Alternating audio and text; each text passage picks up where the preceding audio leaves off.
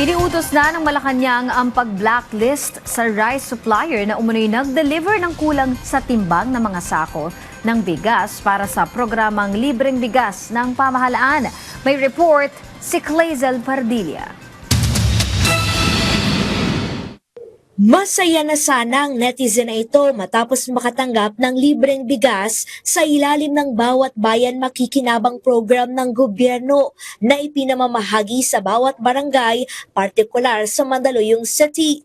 Pero nang timbangin ang sako, imbes na 10 kilo, ang kanyang natanggap 8 kilo. Tanong ng netizen, saan napunta ang 2 kilo? Sa parehong post, kulang umano ng 4 na guhit ang natanggap ng isa pang benepisyaryo.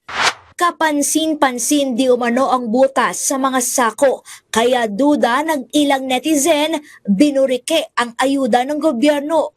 Isa ang pamahagi ng libreng bigas sa mga pangunahing programa ni Pangulong Ferdinand R. Marcos Jr. para maigsa ng gutom ng mga pinakamahirap na Pilipino. Ngayong taon, halos 58 bilyong piso ang inilaan ng presidente para sa Local Government Support Fund.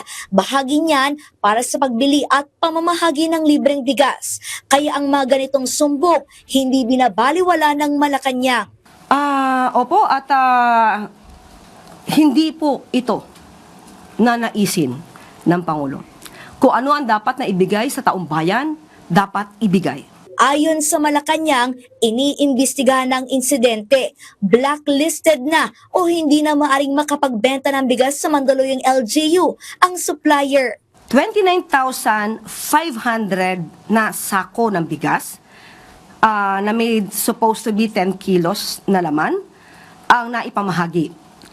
Pero approximately or ang estimate more or less 50 na sako ang sinasabing kulang sa kilo.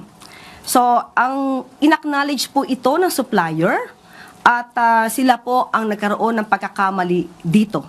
At humingi na po daw sila ng paumanhin sa Mandaluyong LGU. Nangako rin ang supplier na magpapadala ng karagdagang 10 kilong bigas sa mga benepisyaryo na kulang ang natanggap.